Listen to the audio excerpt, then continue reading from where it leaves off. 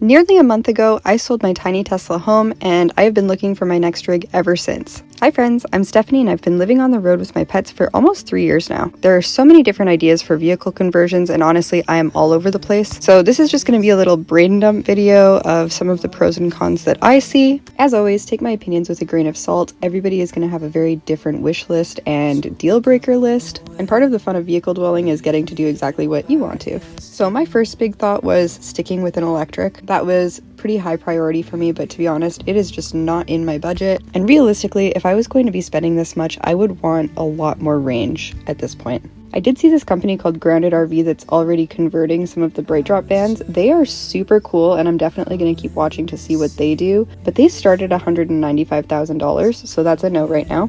My next thought was maybe a truck camper. I think the pro of this is that you can go pretty much anywhere.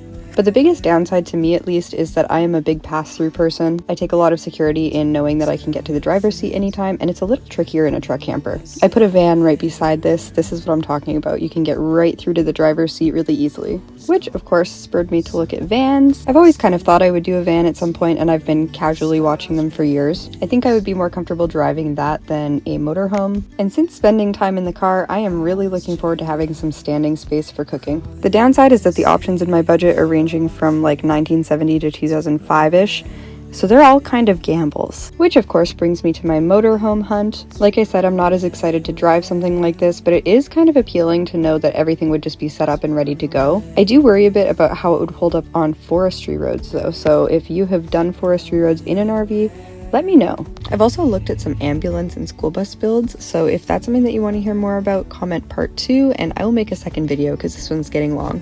Thanks for watching!